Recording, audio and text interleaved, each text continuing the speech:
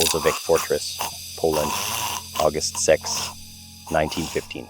When chlorine gas floods the lungs, men don't just die, they melt from the inside out, drowning in their own dissolved tissue.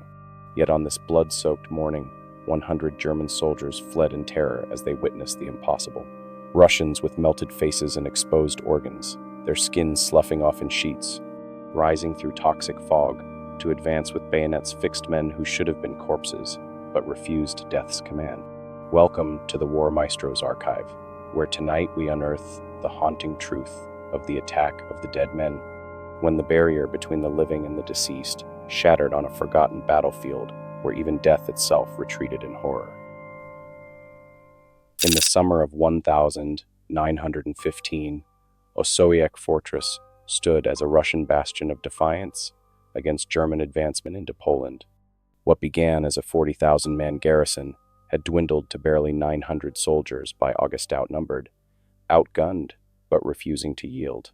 The 226th Infantry Regiment of the Russian Imperial Army held their positions despite relentless German artillery that had transformed the swampy fortress into a cratered hell.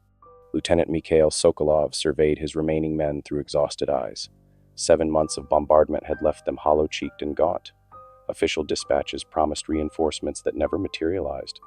Their uniforms hung loose on frames thinned by reduced rations, yet discipline remained. These were professional scary soldiers who understood their duty was to hold this strategic checkpoint at all costs. "The Germans are moving something into position," Sergeant Viktor Petrov reported, lowering his field glasses.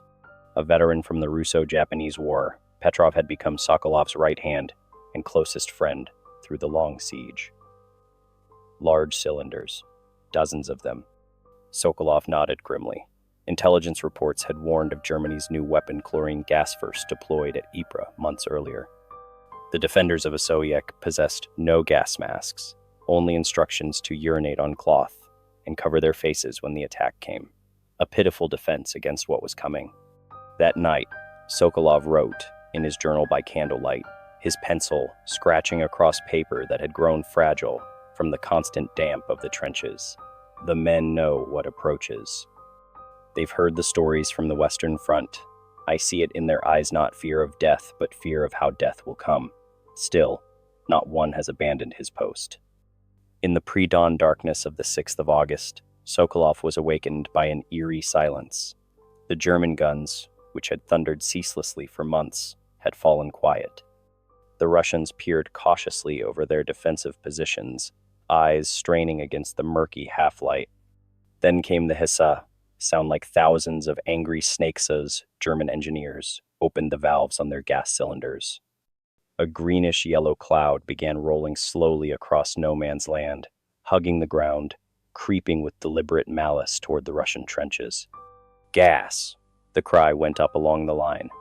Men fumbled for rags, dampening them with urine as instructed, pressing the foul cloths against their faces with trembling hands. They knew it would not be enough.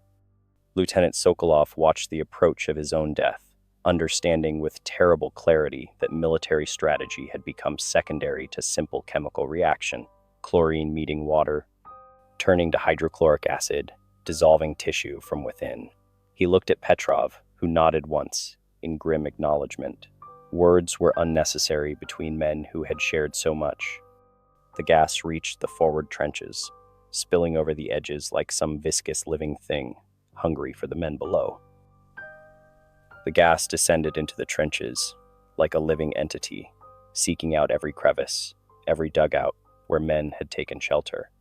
Lieutenant Sokolov felt the first burn at the back of his throat settle at first, then rapidly intensifying until each breath brought fire into his chest.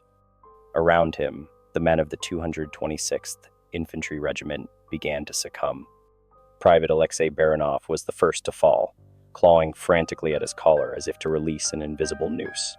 His eyes bulged, blood vessels rupturing, turning the whites crimson.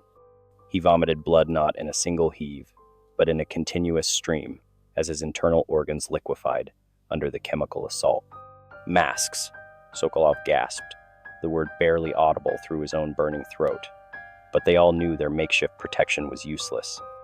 The urine-soaked rags had bought them seconds, nothing more. Sergeant Petrov collapsed beside him, seizing violently, foam-tinged pink bubbling from his mouth. His lifelong friend's eyes found Sokolov's, wide with a primal terror no soldier's training could suppress. Petrov's hand clutched his rifle with white-knuckled intensity, even as his body betrayed him. "Victor," Sokolov wheezed, reaching for his friend. Throughout the trench line, the scene repeated itself, hundreds of times over. Men who had faced artillery barrages without flinching now died in unimaginable agony, their bodies executing an obscene choreography of chemical death. Sokolov felt his lungs filling with fluid drowning on dry land. His vision dimmed at the edges, darkening inward. This was it, then.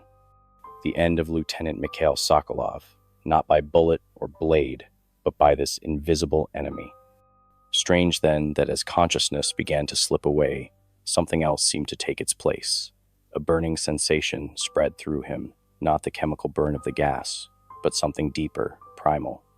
Rage, overwhelming, incandescent rage. The Germans would be coming soon. They would wait for the gas to do its work, then advance to claim the fortress that had defied them for months. The thought ignited something in Sokolov's failing body, a refusal that went beyond conscious thought. Not like this, not without a fight. Around him, something impossible was happening. Men who should have been dead, who were dead by any medical definition, twitched. Fingers that had gone slack around rifle stocks tensed again. Petrov's convulsions stilled, replaced by a different kind of movement, deliberate, driven. Sokolov tasted blood in his mouth, felt it running from his nose, his ears, his eyes. His skin blistered and sloughed away where exposed to the gas. Yet somehow, he found himself pushing up to his knees, then to his feet. Through gas-burned eyes, he saw others doing the same, dead men rising. The rational part of his mind, the part still clinging to medical science and logical explanation, screamed that this was impossible. But that voice grew fainter as another force took control. From beyond the gas cloud came sounds of movement. German boots, the enemy, advancing toward what they believed would be a fortress of corpses. The German 18th Infantry Regiment advanced cautiously through the thinning gas cloud. Their gas masks, far superior to the Russians' improvised rags, filtered the worst of the chlorine, though the acrid smell still penetrated. Hauptmann Werner Fischer led his company forward, confident in their victory. Intelligence reports had confirmed the fortress was critically undermanned. Now, with the gas attack, they expected only corpses. Fischer had seen what chlorine did to men at Ypres. No one survived a direct exposure without proper masks. The Russians had no masks. "Proceed with caution," he ordered through his mask, voice muffled but audible. "Secure any documents or maps. Command wants intelligence on Russian eastern deployments." The first line of German soldiers reached the forward trenches, rifles ready though unnecessary. The sight that greeted them matched their expectations. Russian bodies, contorted in the agonized postures of chemical death. Blood pooled beneath faces, frozen in expressions of unspeakable suffering. "Clear," shouted a corporal, waving the next line forward. Then a sound froze Fischer in place, a wet, bubbling intake of breath, like a drowning man, somehow still drawing air through fluid-filled lungs. The unnaturally prolonged wheeze was followed by a mechanical clicking, the sound of a rifle bolt being worked by hands whose tendons were exposed to open air. These weren't the sounds of dying men. They were the sounds of men who should already be dead. "Check it," he ordered, gesturing to two privates, his voice betraying a tremor he couldn't suppress. Before they could move, a figure rose from the trench, a Russian soldier, or what remained of one. His uniform hung in tatters, soaked with blood and bodily fluids. His skin had partially detached, hanging in ribbons from exposed muscle. Most horrifying were his eyes, blood red where whites should be, fixed in a glare of pure hatred. As he opened his mouth, a sound emerged that would haunt the surviving Germans for the remainder of their lives. Not a scream or a war cry, but a wet, gurgling chuckle that resonated with an impossible hollow quality, as if produced by a throat already destroyed by chemicals. Before they could move, a figure rose from the trench, a Russian soldier, or what remained of one. His uniform hung in tatters, soaked with blood and bodily fluids. His skin had partially detached, hanging in ribbons from exposed muscle.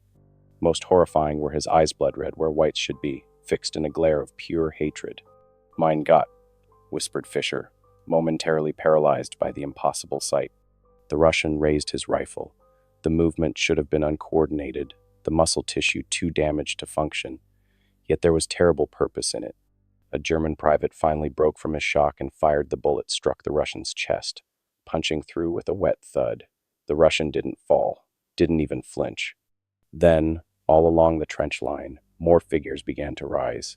Dozens of the men with blood-soaked uniforms, blistered skins sloughing from their bodies, eyes like crimson pits in melted faces. They moved with a strange, lurching gait, yet with unmistakable purpose. "Open fire!" Fisher screamed, his training finally overriding his terror. The Germans unleashed a volley into the advancing Russians. Bodies jerked as bullets tore through them, but they continued forward. Some didn't even raise their rifles, but charged with bayonets fixed, foaming blood from ruined mouths. Private Muller, a young soldier on his first deployment, ripped off his mask in panic, vomiting in terror at the sight. "They're dead," he shrieked. "They're fucking dead, but they're still coming." Fisher saw a Russian officer, among them Lieutenant Sokolov, though Fisher didn't know his name leading the charge. Half his face was a ruin of chemical burns, yet he advanced with his saber drawn, cutting down a German soldier with mechanical precision. The Germans' disciplined advance collapsed into chaos. These weren't men, they were fighting, they were corpses, refusing to acknowledge their own deaths. Lieutenant Sokolov existed in a state between consciousness and oblivion. His body moved forward, though each step should have been impossible. His lungs were destroyed, his throat burned raw, yet somehow he continued to issue orders, commands that emerged as bloody gurgles his men nonetheless understood.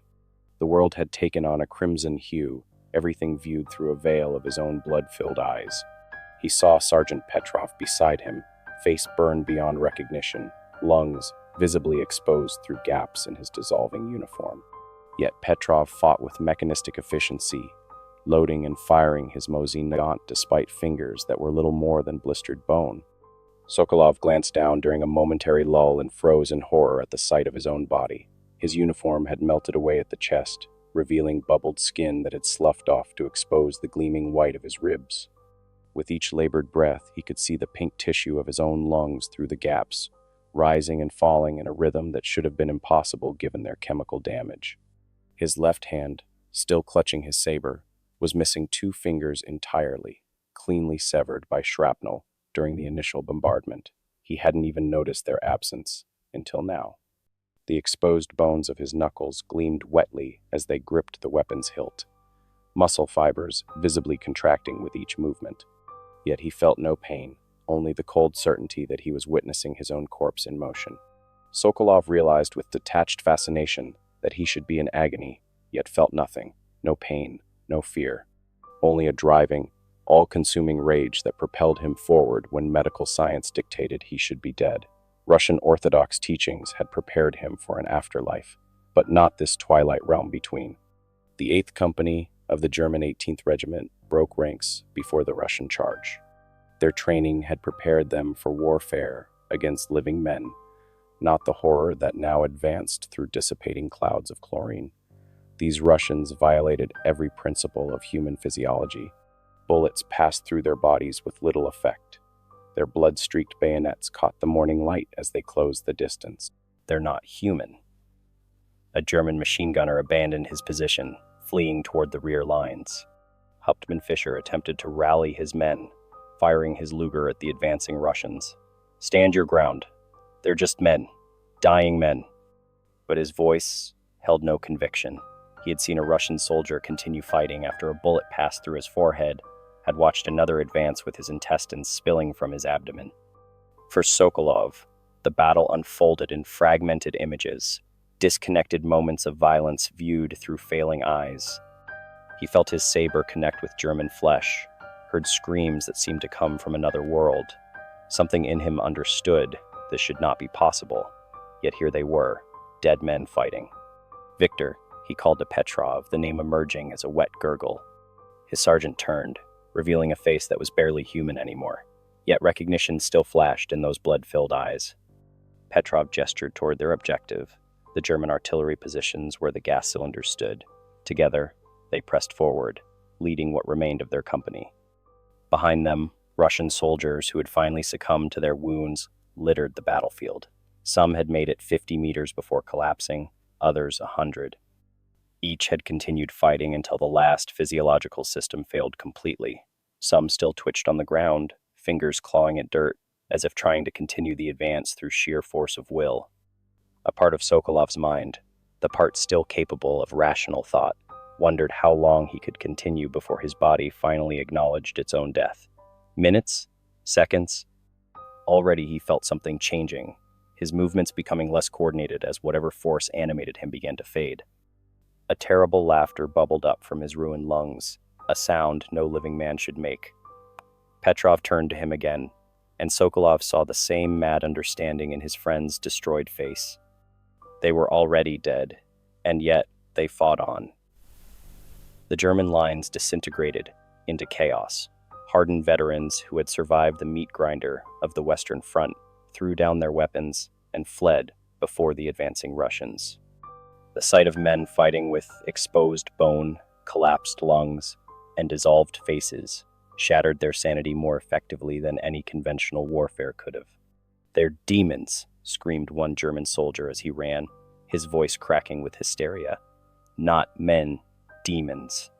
The soundscape of battle had transformed into something from a nightmare. Instead of the familiar reports of rifles and shouts of men, the air filled with the discordant symphony of the dead, wet, rattling breaths drawn through scorched throats. The squishing sound of boots pressing down on ground, soaked with their own blood and tissue. The scrape of bone against metal as fleshless fingers worked rifle mechanisms. Most disturbing was the constant percussion of liquid hitting the ground, blood and other fluids dripping from wounds that should have been fatal, creating a constant patter like some hellish rainfall. Hauptmann Fischer made a final attempt to restore order, firing his Luger into the air, then at a fleeing private. "Stand and fight, damn you! They're dying, they can't sustain this." But his words fell on deaf ears. The psychological impact of facing what appeared to be walking corpses had broken something fundamental in his men's understanding of warfare, of reality itself. One did not fight the dead, one fled them. From the German perspective, the Russians appeared to be an unstoppable force, moving with singular purpose despite their catastrophic injuries. What the Germans couldn't see was the reality Sokolov experienced, a fading, fragmented awareness as his body began to finally acknowledge the damage inflicted upon it. His vision tunneled, consciousness coming in stuttering bursts. Each step required more effort than the last. Still, he advanced, propelled by an animating rage that transcended physical limitation. Around him, his men were finally beginning to fall permanently. Their borrowed time expired, whatever force had kept them moving finally exhausted. Petrov staggered, dropped to one knee, then forced himself up again. Blood poured from his mouth in a continuous stream, yet somehow he managed to call out, "Forward! Forward for Russia!" The words were barely intelligible, more sound than speech, yet they carried across the battlefield. The Germans retreated in disarray, abandoning equipment, weapons, and their wounded. Their artillery positions fell without resistance. Sokolov and his men, the few still capable of movement, secured the gas cylinders that had been meant to exterminate them. A young German officer, separated from his unit and cornered by 3 Russians, raised his hands in surrender. The expression on his face as he gazed upon his captors would haunt him for the remainder of his life, assuming he survived the war to have one.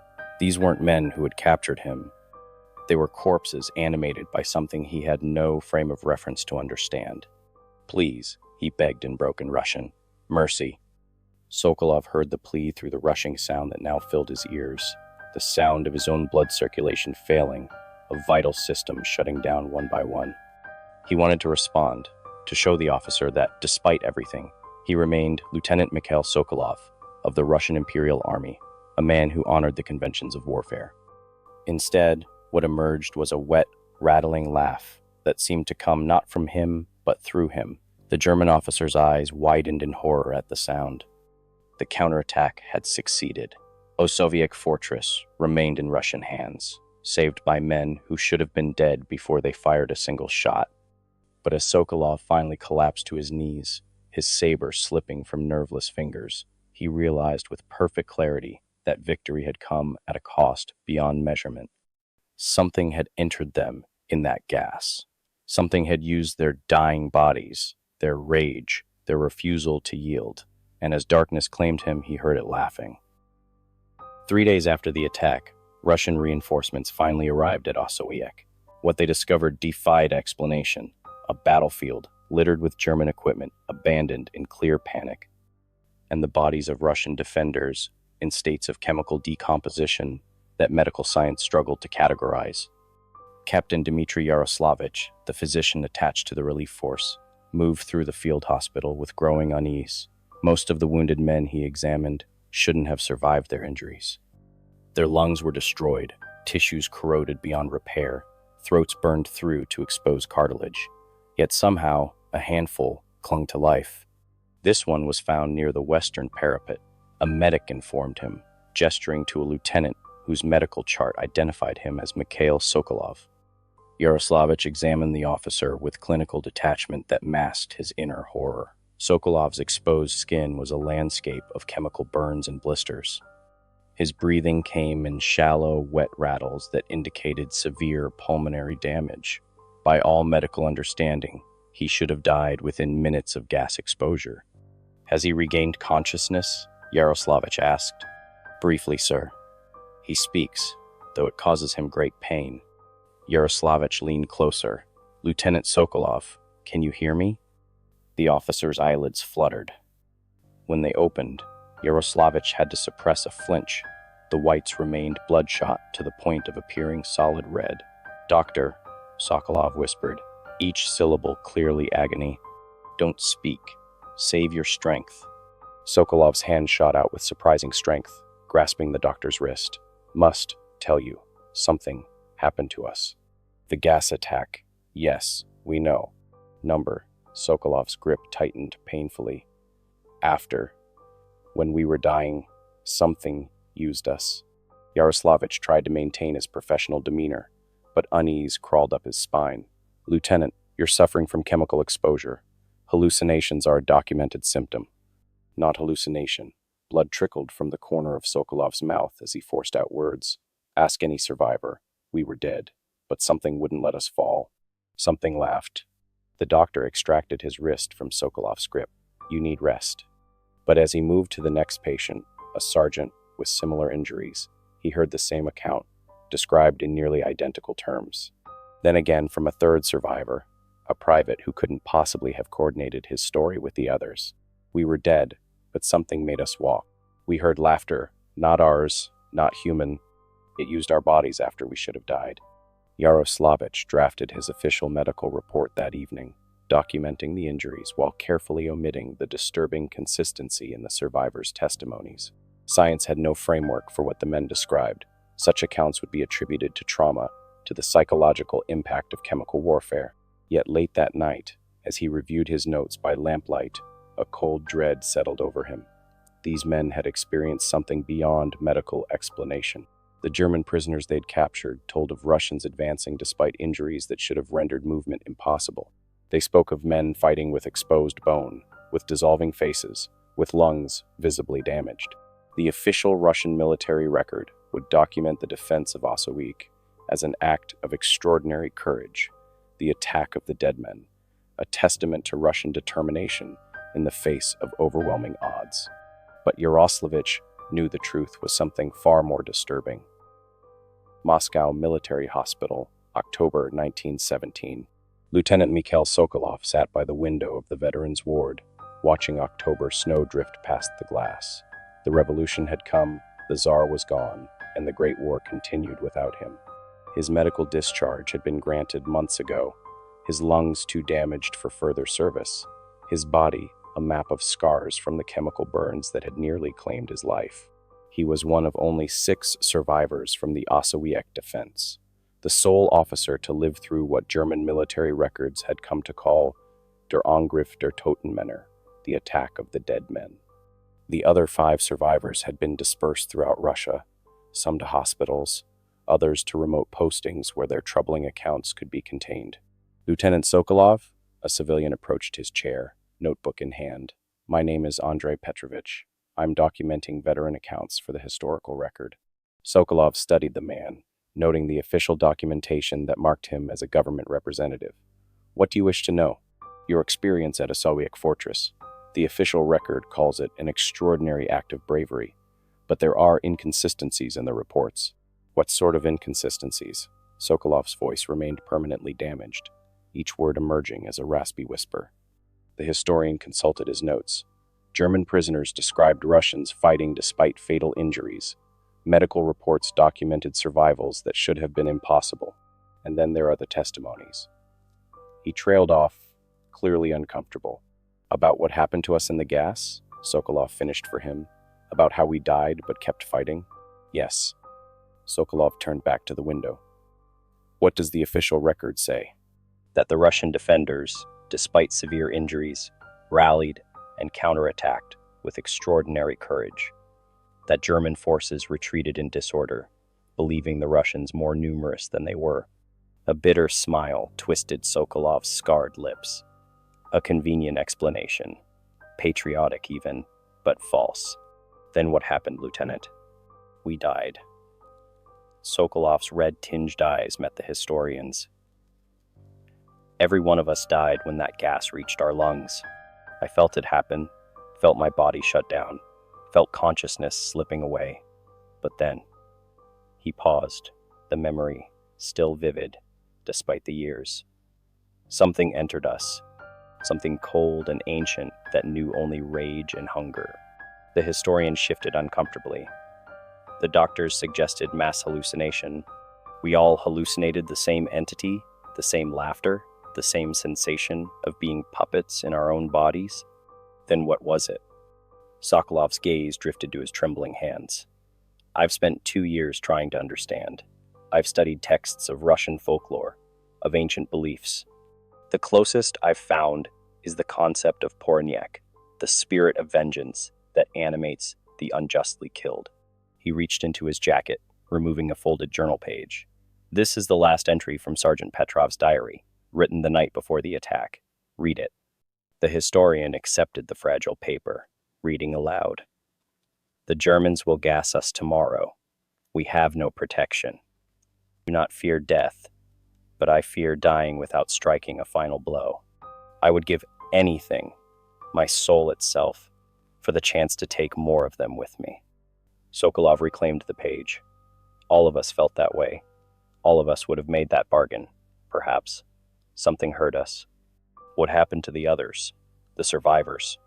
Sergeant Petrov hanged himself 6 months ago, left a note saying he could still hear the laughter.